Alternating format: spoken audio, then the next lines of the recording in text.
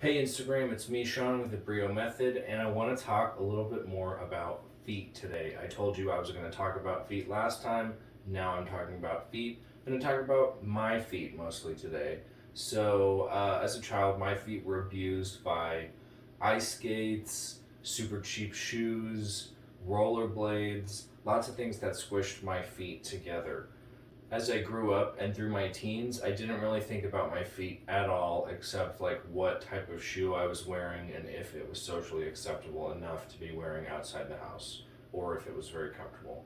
You know, I had flat feet, I had collapsed ankles, my feet were everted, my ankles were inverted.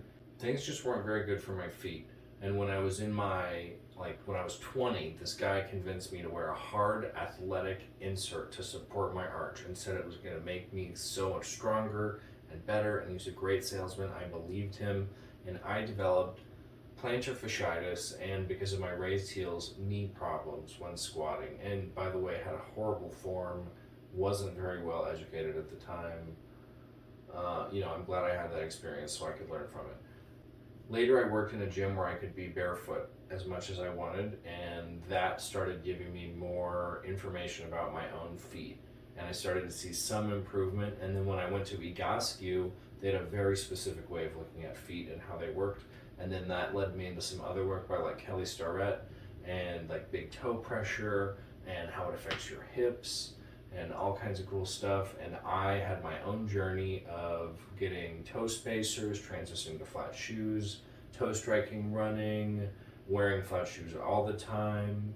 Also had like a tumor removed from my foot. That was pretty crazy.